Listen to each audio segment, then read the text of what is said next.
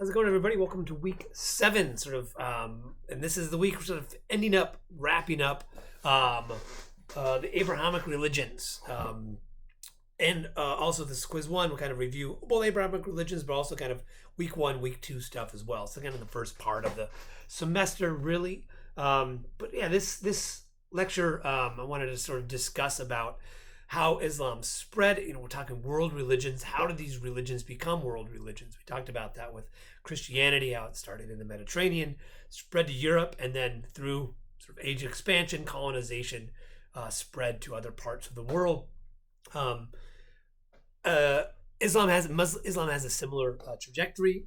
That it started in Arabia, expanded out in these dynasties, Umayyad and then Abbasid, and then the sort of Ottomans, Safavids, and Mughals. So you have this sort of political expansion of Islam, but also a cultural, social expansion too.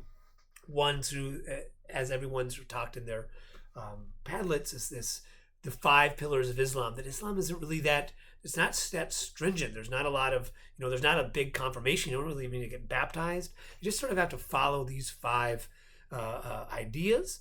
And so you can see why people would be sort of easy to convert, particularly if sort of the powers that be are Muslim, are Islamic, and then over time, mosques get built.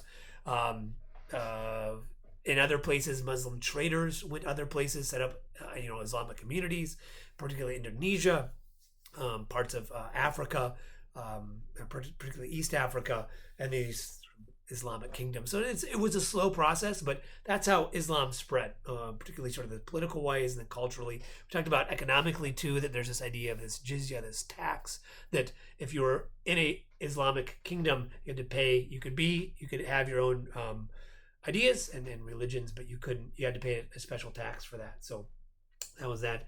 And then we also talked about sort of a new form of Islam, sort of the third one, Sufism, that is this sort of mystical Islam that is part of this world.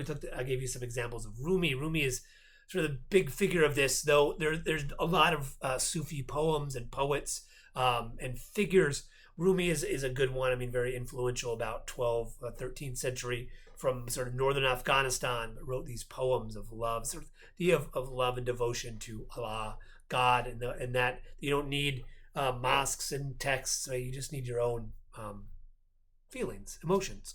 And then I gave you the recording of Nusrat Fateh Ali Khan, Pakistani Qawwali singer, and that I think that gives you a sense of what this sort of mystical Islam is. If you listen to those words, right, it's a lot about Allah. It's 30 minutes long. It's a long one, but I don't know, Allahu. It's also very vibrant. I like it. And then nowadays, there's 56. I looked it up. 56 Islamic nations. I gave you a little map of the Dar al-Islam, or the extent of the world of Islam, and then some of the more populous nations there. So 56 Muslim majority nations today, though there are nations that have a lot of Muslims that aren't the majority, India being one of those. America has the United States has a very large Islamic Muslim population, both people from Muslim countries who have immigrated here, but also there's definitely an Islamic movement in America. A lot of people converted there as well. So yeah. So hopefully that kind of keeps everything together. Hopefully you have a better idea of particularly the 5 pillars, a little bit of history of Islam, how it spread and how it kind of functions, the different practices that are part of it. And with that said, we're going to kind of do this quiz this week. Again, I gave you a review guide. I just updated, no new information, just kind of a little more explanation of things. There'll be, so those are the terms. I tried to pull out terms that only terms from textbooks and lectures and readings. So should be all there. In fact, I only want you to use information from the class. This one of the things I added to the review guide is that this is an open note quiz. So you can use anything from the course materials to help you on the quiz. But please don't refrain from using outside sources. I don't need anything cited from anywhere else. I just want you to I know there's a lot more to world religions that we haven't covered. If there's some certain topics that you maybe know about that are outside of the purview of what we've studied, just make sure to note that. Say, oh, I know this from this. You're the source of that. But please don't refrain from using the entire internet to answer this. Just use what we know. So Yeah, I think that's it. The only last thing here in the announcements, UH Common Scholarship. So take a look at that.